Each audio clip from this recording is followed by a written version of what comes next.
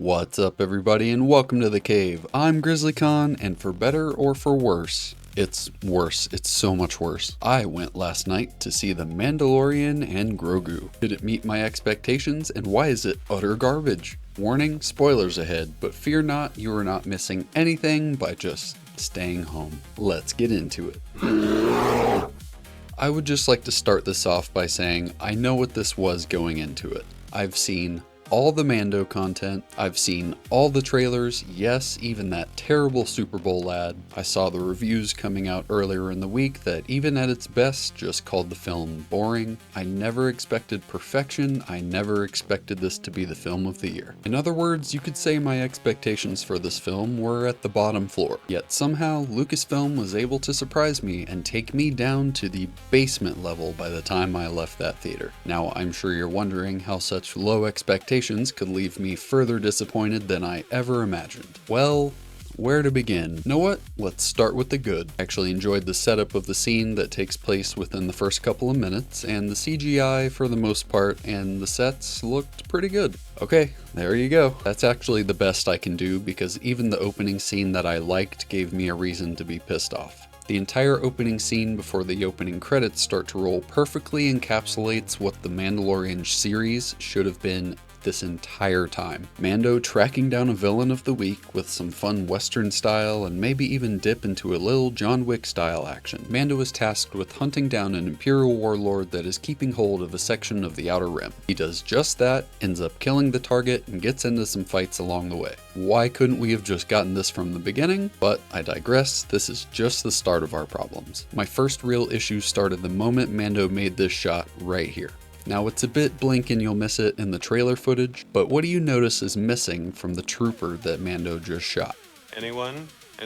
How about any sign that he just took some blaster damage? There is no scorch marks, no sign of damage, he looks like he just fell asleep on the floor. As tiny a detail as it is in these shots, they are there. You're telling me they could pay such close attention to detail back in 1977 using practical effects, but you can't be bothered to pay attention to detail in your 2026 film using CGI, where you can easily go back to it in post and add it in if you forgot to do it. First Star Wars movie in theaters in 7 years, and this is what we get. There was one single shot in the film where I saw actual blaster damage show up, and it was on the back of a CGI battle droid, which was taking up a good portion of the screen at the time. And before any of you say, wow, what a nitpick, same problem came up when Mando used his flamethrower. Not only in this same scene, but one of the troopers gets up on the roof of the AT-AT and Mando completely torches the guy. He falls off over the edge and falls to his death. However, not seconds after this guy is set ablaze,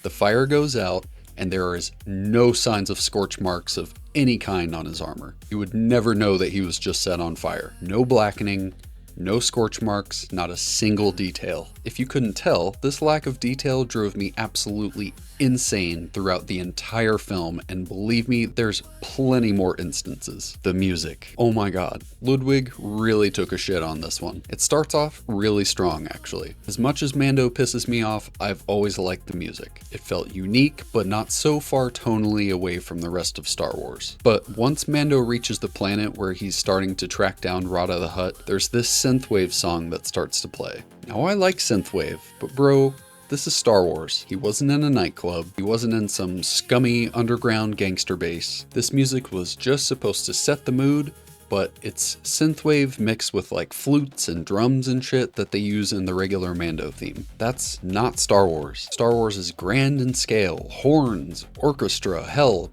alien jazz band. This track felt so far away from the Star Wars tone that it just instantly pulled me out of the movie. Not that I was ever really able to submerge myself into it in the first place. The movie doesn't give you the chance if you're actually paying attention to it. And it didn't stop there. The same track comes back multiple times, including when Mando was suiting up for the final battle to take down the Hutts. At other times in the film, the music just straight up did not match what was happening on screen. There's a sequence where Mando is about to fight what is presented as like waves of enemies, when in actuality it's probably like 10 droids, and the music would have you believe that it's about to be this big grandiose scene of Mando sacrificing himself, when in fact the enemies are barely an inconvenience. He takes them down with ease actually, and is only taken down himself because of the poison coursing through his veins from the brilliantly named dragon snake. Yes, they have forgone actually making names of the species that they've created and just named it based on what it looks like. On a side note for that, there's actually a gangster in this named Hog's Breath. Hog's Breath. Anyway, the music just fell very flat and it felt out of place for a majority of scenes in the movie. Mando's very first line of dialogue in the movie had myself and my 11-year-old just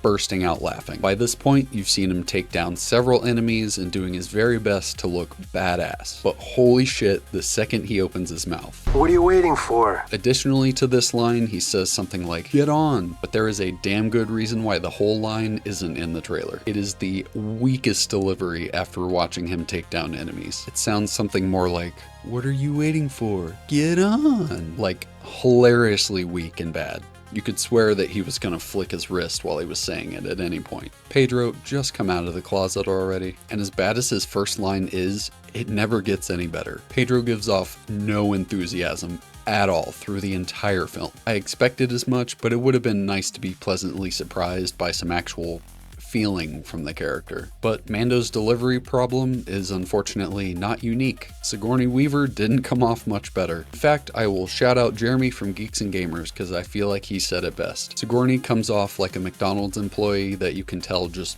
doesn't want to be at work today. Hell, she had better delivery as the voice coming over the aquarium intercom in Finding Dory. Definitely not a standout performance despite being one of the prominent characters of the movie. But there's bad delivery and then there's just plain bad dialogue. You guys, I cannot imagine being Jeremy Allen White, who plays Rada the Hutt, seeing the lines that you're given for this movie and being like, hell yeah, sign me up. Rada the Hutt was a complete after-school special of a character. Have you ever seen that episode of Futurama where the professor joins a street racing crew and there's that one girl? Yeah, but he saved me from my abusive father. Not physically abusive, verbally. Yo, Professor, if your ship's so dope, why are those cops on your tail like my dad's verbal abuse on my psyche? You got a death wish, Professor. Something must have happened in your life that hurt you, just like us. In my case, it was verbal abuse. It wasn't what he said that hurt. It was what was left unsaid. This is literally Rada the Hutt. Any chance he gets, he tries to tell you how his dad was a bad guy, but you know, I'm a good Hutt. I want people to cheer my name, not fear me. Don't worry, I'm not my dad. I'm my own man. These are actual things he says, and not once. There's at least 3 instances where he goes on a tangent about not being like his dad, and each one is cringier than the last. He must have been offered like a truck full of money because I would be embarrassed as fuck to be the guy who agreed to play that role. Let's take a quick break from Mando, but don't worry, we're not done with him, and let's get to some Grogu. I cannot stand what this little green shit has done to Star Wars. Grogu has no consistent character. He goes from being a cutesy, helpless baby who doesn't know buttons, to having survival instincts and being able to build a hut completely out of mud by himself, but only when the script calls for it. Otherwise, he's right back to being the helpless baby idiot. Normally, one would evolve from being the baby idiot into the able to survive on his own role, but Grogu just decides in the moment which one he wants to be. He has no growth and is obviously just there to sell merchandise rather than serve an actual purpose to the story they're trying to tell. His force powers seem to revert backwards to lesser things than he's accomplished in the past. He stopped the Mudhorn in the show, but has no interest in doing something similar, even when his tiny friends are in danger from being eaten by some vicious alien dog. The section of the movie that focuses primarily on him alone is easily the weakest and most boring part of the movie. It's nothing but scenes of a goofy-ass Muppet walking around the woods doing things that hopefully will make you go, it was very tedious to watch, and it feels like it goes on forever. He is inconsistent, poorly written, and I hope he soon fades away and out of existence from the franchise that I used to love so much. Back to Mando. He never feels like he's actually in any danger. His Beskar armor makes him completely... This scene, which is just a ripoff of the chess game that Chewie and 3PO play on the Falcon, stealing more from previous works I see, is absolutely ridiculous. Mando is knocked to the ground and takes several smashing blows directly to the head from a giant hammer-wielding muscle monster, and the blows just seem to bounce right off. His head is literally being smashed between the ground and a giant metal hammer, and he seems to take 0 damage from it. Doesn't even make him wobble when he gets up. The dragon snake, that name drives me insane every time I say it, picks him up in his jaws, and it looks like he's biting the fuck out of him. But even then, you don't feel like he's in any danger at all. The giant teeth just bounce right off his armor. There are 0 stakes in any of the fights when he comes off as this indestructible character just because he has a few plates of armor on his body. Hell, even the scratch that poisons him is only like an inch or 2 long. Just a quick mention here, these droids moved so weird. Like they were made using claymation or something. That awkward, like, I don't know if it was the frame rate they were going for or what, but they just look so weird compared to the rest of the movie or really any other CGI that's in any of the other Star Wars movies. It just didn't look good at all. And I would be remiss if I didn't mention how at several points in the movie, Mando pulls a weapon out of his ass when he hasn't had one like in a long period of time. For one instance, Mando was down in the dragon snake pit fighting lesser monsters at the time. He comes up out of the water with a long ass spear that seems to appear out of nowhere, and he kills him with it. It ends up breaking a bunch and he discards it. Then the dragon snake appears and he magically finds another one. This other instance requires a little bit of setup to fully grasp just how batshit ridiculous it was when he pulled this gun out of his ass. So bear with me. Now at this point, Mando has been captured by Embo, the bounty hunter, and is taken prisoner to the Hutts. He has no weapons on him. You get this whole scene between him and the Hutt twins. He falls through a hole in the floor, he fights the smaller monsters, then he fights the dragon snake. He escapes the dragon snake pit by Grogu attaching a grenade to the wall. That almost kills Grogu if he hadn't moved away from the wall at the last second because he chose to be retarded for like literally no reason and just stand there as it's about to go off. They escape into the forest. Mando does that sacrifice myself so you can get away moment that I mentioned earlier and starts that fight by taking a log and beating down a droid and taking his blaster so he can fight off the rest of them. And then there's the whole sequence I mentioned where Grogu's by himself keeping Mando safe while he's passed out from the poison. He's in like a mini coma. From the time he's captured to the time he wakes up is at least 30 minutes. Regardless of how actually long it is, it feels like forever. So we've established the only blaster he has at this point is the one he took from the droid. Mando wakes up, Mando and Grogu head off into the woods to find Rhoda the Hutt's crashed ship. Mando wants to go inside and check out what happened or what's in there. He steps inside